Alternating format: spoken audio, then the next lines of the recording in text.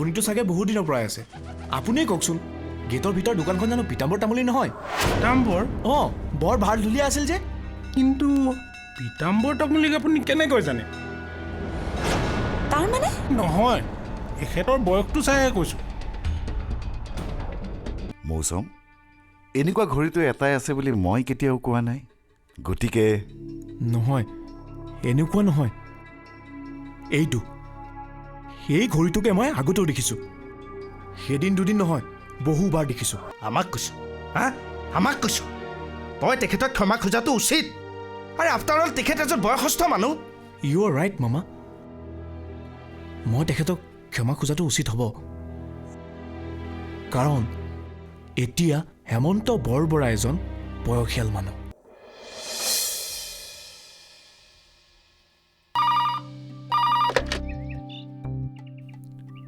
Hello' Sanjay কি হ'ল আজি ইমান ৰাতিপুৱাই ফোন কৰিলি যে কি হ'ল আজি আকৌ সি কি কৰিলে আৰে আজি সি কৈছে তেখেতৰ ৱাল ক্লকটো তাৰ কাইলৈ ক'ব গোটেই সেউজবাৰী বাগানখন তাৰ এইবিলাক কি ধেমালি বুলি ভাবিছে নেকি ৰচোন তই চিঞৰ বাখৰ কিয় কৰিছ আচ্ছা সি বাৰু এতিয়া ক'ত আছে তেওঁ আমাক কাকো মাতবোল নকৰাকৈ তাৰ পৰা বাহিৰে বাহিৰে গ'লগৈ আমি কেইবাবাৰো ফোন কৰিছিলোঁ কিন্তু ছুইচ অফ আছে কিয় বা সি এনেকুৱা কৰিছে আচ্ছা সঞ্জয় মই লগ পোৱা আগতেতো সি তোৰ লগত 2 বছৰ একেলগত আছিল সি বাৰু কেতিয়াবা নাই নাই আগতে সি কৰা নাই তেনেকুৱা আগতে যদি তেনেকুৱা কৰিলেহেঁতেন তহঁতেতো গম পালিহেঁতেন মোক কিন্তু তেওঁ কথা এটা কৈছিল MD বাংলোৰটোৰ কথা বাংলোটোৰ কথা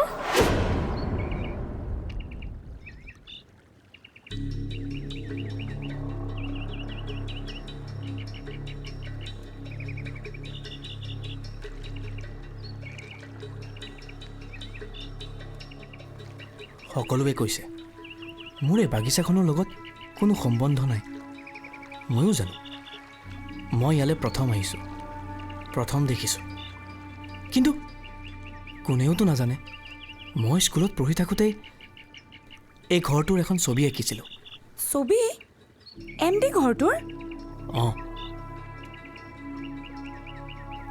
এই ঘৰটোৰে ছবি হুবহু এই ঘৰটোৰে ছবি কিন্তু ৰন মাত্ৰ এটা কথা এই ঘৰটো আৰু সেই ছবিখনৰ মিল নাই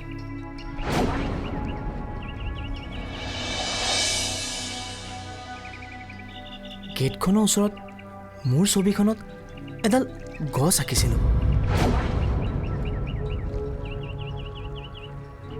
গছ অঁ নন্দিনী মোৰ ছবিখনত গেটখনৰ ঠিক ওচৰতে এজোপা নাৰিকল গছ আছিল কি কি ক'লে সি নাৰিকল গছজোপাৰ কথা কেনেকৈ জানিলে তাৰ মানে ভিনদেউ আগতে তাত অঁ নন্দিনী মই জইন কৰা ঠিক এমাহমান পাছতে এজাক ডাঙৰ ধুমুহা আহিছিল আৰু সেই ধুমুহা জাগত গছজোপা ভাঙি পৰা মই নিজেই দেখিছিলোঁ ছাৰে কৈছিল গছজোপাৰ বয়স তেওঁতকৈও বেছি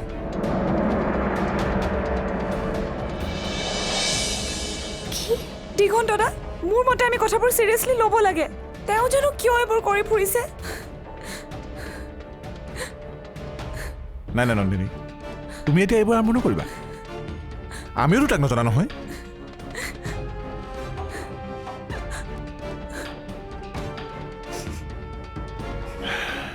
সি আৰম্ভ কৰা এইবোৰ ব্যৱহাৰৰ কাৰণ এটাতো থাকিব লাগিব নে কি ক সঞ্জয়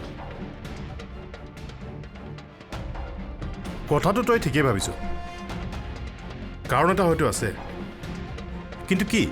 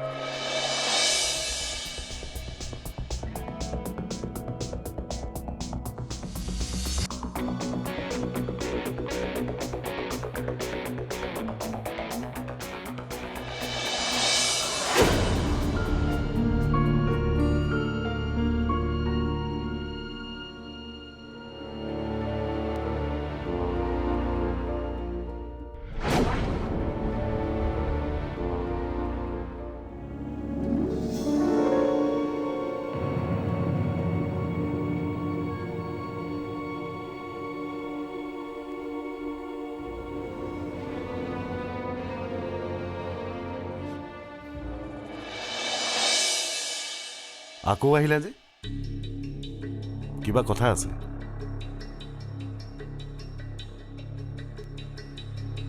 নাই, ৰাতিপুৱা যে মোৰ কি হৈছিল এতিয়াতো মোৰ নিজৰ ওপৰতে খং উঠিছে।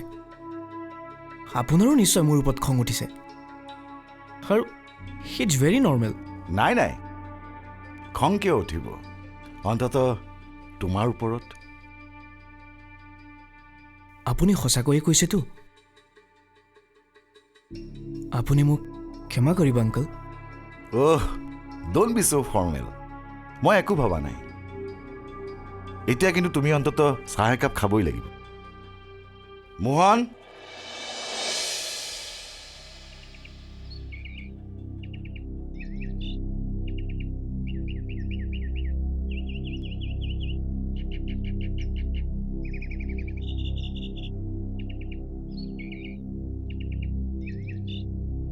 আচলতে মোৰেই দুখ।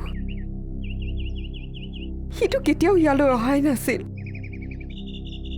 ভিনদেউহঁত ঢুকোৱাৰ পাছত ময়েই তাক মাতি আছিলোঁ। নিজৰ ল'ৰা ছোৱালী নাই বুলি সেই অকলশৰীয়া ল'ৰাটোক নিজৰ ল'ৰা বুলি ভাবিবলৈ লৈছিলোঁ জানা।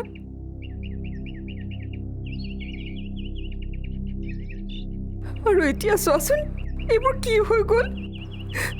ল'ৰাটো যে আপুনি নিজকে দোষী বুলি কিয় ভাবিছে? দুদিনতে তেওঁতো আমাৰো আপোন হৈ গৈছিল। কিন্তু বাইদেউ, মানে মই ক'ব খুজিছোঁ, এনেকুৱা এটা অৱস্থাত এতিয়া তেওঁ বিয়াৰ কথা আমি ভবাটো জানো উচিত হ'ব?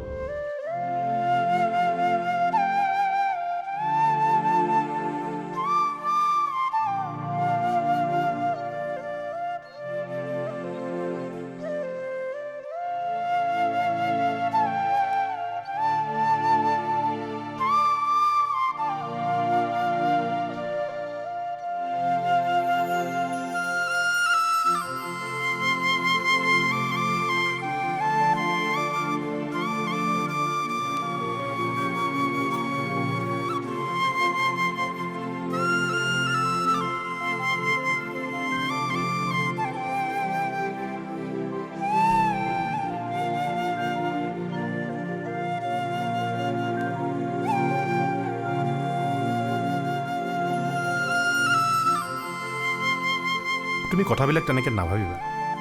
তুমি বা ৰণ, তোমালোক কোনোজনে পৰ নহয়।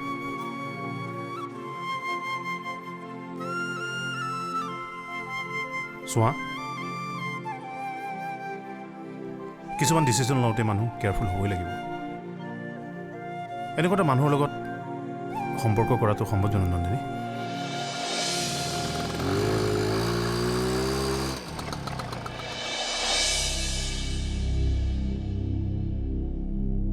হয়তো সি আহিছে।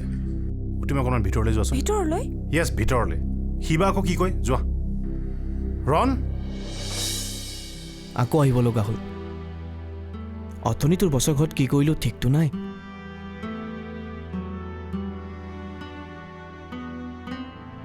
এতিয়া তেখেতক ক্ষমা খুজি আহিলোঁ। ৰণ, তুমি সঁচাকৈ কৈছা? হয় নন্দিনী, মই হেমন্ত বৰবৰাক ক্ষমা খুজি আহিছোঁ। আৰু তোমালোকে মোক প্লিজ বেয়া নাপাবা। মোৰ যে কি হৈছে মই নিজে নাজানো। আৰু কিছুমান অদ্ভুত অদ্ভুত কাম কৰিবলৈ মোক যে কোনে বাধ্য কৰাইছে তাকোতো নাজানো। সেয়ে ভাবিছোঁ 2 এদিনতে মই ইয়াৰ পৰা যামগৈ।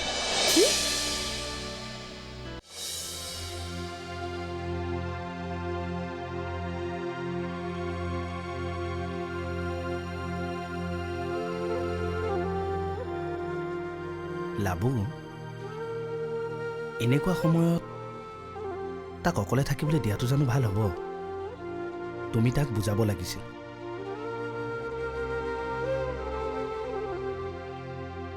মই কি বুজাম? সি দেখোন আজিকালি কাৰো কথা বুজিবলৈ চেষ্টা নকৰে। মামী, তেনেকৈ কিয় কৈছা? মোৰোতো ইচ্ছা আছিল তোমালোকৰ লগতে থাকি যাওঁ, কিন্তু মই বুজিব পাৰিছোঁ এইখিনি ঠাইত থাকিলে মই চবৰে কাৰণে অন দি চেঞ্চ এটা সমস্যা হৈ পৰিম।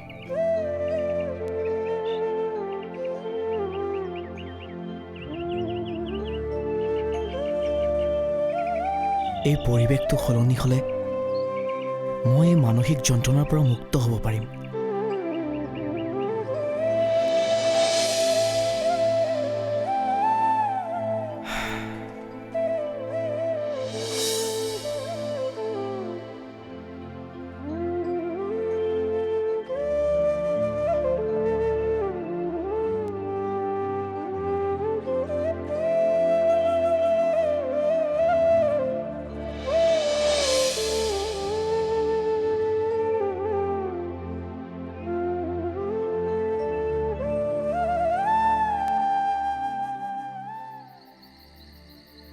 তই বিশ্বাস নকৰিলে কি হ'ব বাইদেউ?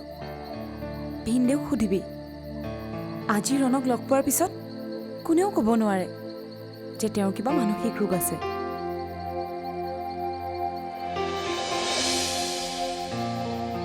তই আকৌ মোক বেয়া পোৱা নাইতো? নাই, মই কাকোৱে বেয়া নাপাওঁ, কিন্তু তেওঁৰ কথা কোনোবাই তেনেকৈ ক'লে মই বৰ দুখ পাওঁ। মানুহজনে বৰ কষ্ট পাইছে বাইদেউ। আমি তেওঁক ছাপোৰ্ট কৰিব লাগে। আৰু এতিয়াতো তেওঁ নিজেই বুজিছে যে তেওঁ কিছুমান অবান্তৰ কথা ভাবি আছিলে। নহ'লে আৰু তেওঁ হেমন্ত বৰৰ পৰা ক্ষমা খোজেনে?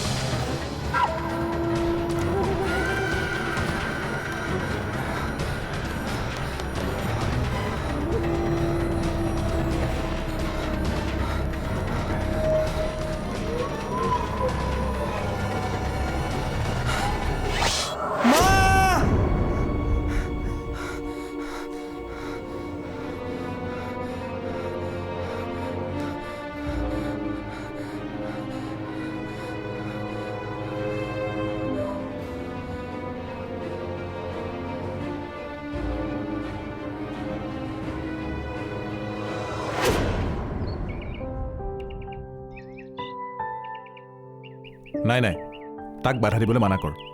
সি যাওক। এই সময়ত তাৰ বাবে চেঞ্জ এটা বৰ দৰকাৰী। কি? নাই, তেওঁলোকক আনি আৰু ক'ত ৰাখিবি? যিটোহে কোৱাৰ্টাৰ। থৈছো দে।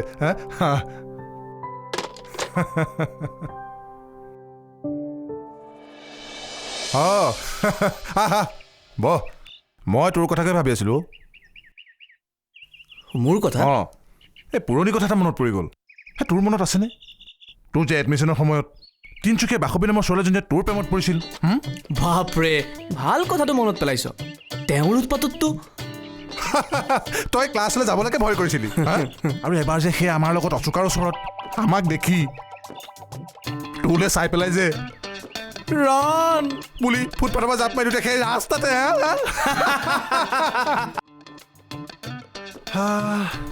বেচে চাগে এতিয়াওতো সপোনতে দেখি থাকে। সপোন?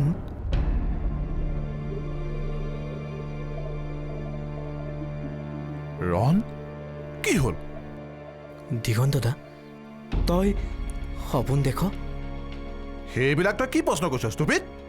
হে, সপোন সকলোৱে দেখে। অৱশ্যে জন্তু জানোৱে দেখে নে নেদেখে সেইটোহে মই নাজানো। নহয়, সেইটো কথা মই সোধা নাই। তেন্তে মই সুধিছোঁ, তই একেটা সপোনকে বহুবাৰ দেখনে? একেটা সপোন? অঁ, কিছুমান সপোন ৰিপিটলি দেখোঁ। যেনে ধৰ পৰীক্ষা দিছোঁ, লিখি থাকোঁতেই তোৰ চিঞাহী শেষ হৈ গ'ল। আৰু প্ৰফেচাৰজনে এনচাৰ পেপাৰখন ল'বলৈ আৰম্ভ কৰিলে। ভয়তে একেবাৰে ঘাম ওলাই যায়, বুজিছ?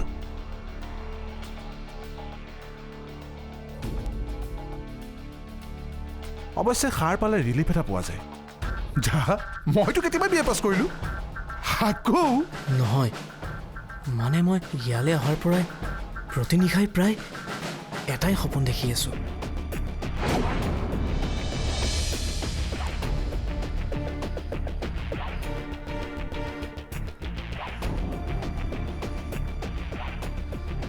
তই তই কি সপোনৰ কথা ক'ব বিচাৰিছ ৰণ? এখন বাগানৰ মাজত দুজন মানুহে এটা ল'ৰাক খেদি খেদি মাৰে, নহয় হত্যা কৰে। এটা মাৰ্ডাৰৰ সপোন। মাৰ্ডাৰ? অঁ, আৰু কি জানো দিগন্ত দা, হত্যাকাৰী কেইজনক যেন মই চিনি পাওঁ।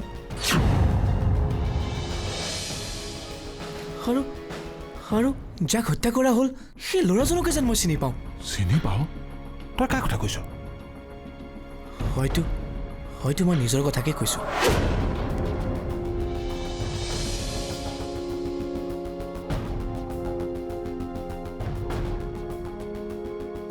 চা, এই কথাখিনিকে যদি তই চাইড ক'ব পাৰ, মই ভাবোঁ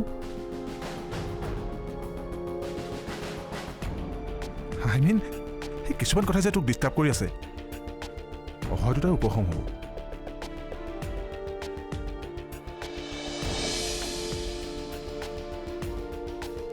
কি হ'ল? যিবোৰ কথা মই নিজে জানো সেইবোৰ কথা মই কিয় আন কাৰোবাৰ পৰা শুনিবলৈ যাম? তই জান? কি জান তই?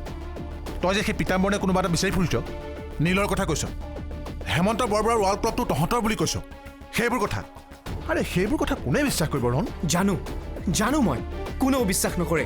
ইয়াকো জানো যে তহঁতে ভাবিবলৈ লৈছ মই মানসিক ৰোগত আক্ৰান্ত হৈছোঁ। গতিকে মই যি জানো কাকো ক'বলৈ নাযাওঁ, কিন্তু এদিন সকলো কথা প্ৰমাণ হৈ যাব। চাই থাক।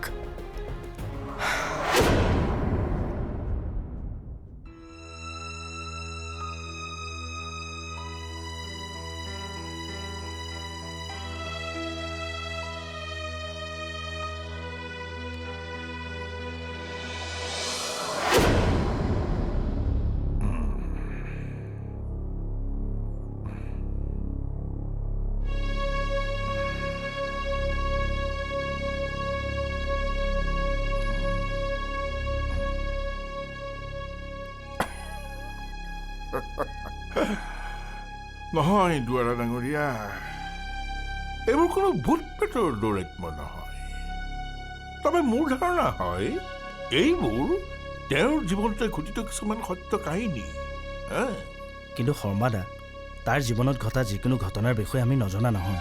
বাকী কথা বাৰু বাদ দিলোঁ, সেই বাগানখন সেউজবাৰী বাগানখনৰ লগত তাৰ যে সম্বন্ধ নাই সেই কথা মই ডাঠি ক'ব পাৰোঁ। আপুনি সঠিক কথাকে কৈছে, এইবোৰ মৌচমৰ জীৱনৰ সত্য কথা নহয়। কিন্তু আমি বিশ্বাস কৰোঁ এই ঘটনা কেইবাবাৰো প্ৰমাণিত হৈছে যে মৃত্যু কেৱল শৰীৰৰহে হয়, আত্মাৰ নহয়। সেই বিশ্বাসেই কৈছোঁ যে এই ঘটনাবোৰ হয়তো মৌচমৰ পূৰ্বজন্মত ঘটিত হৈছে।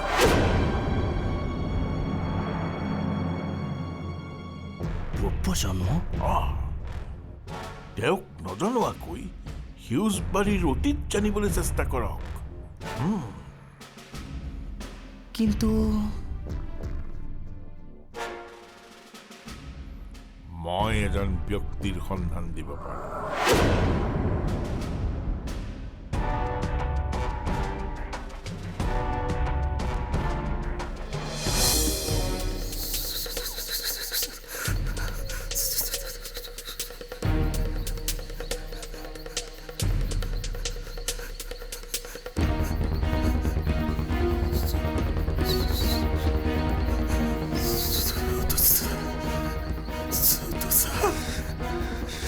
ইছমাইল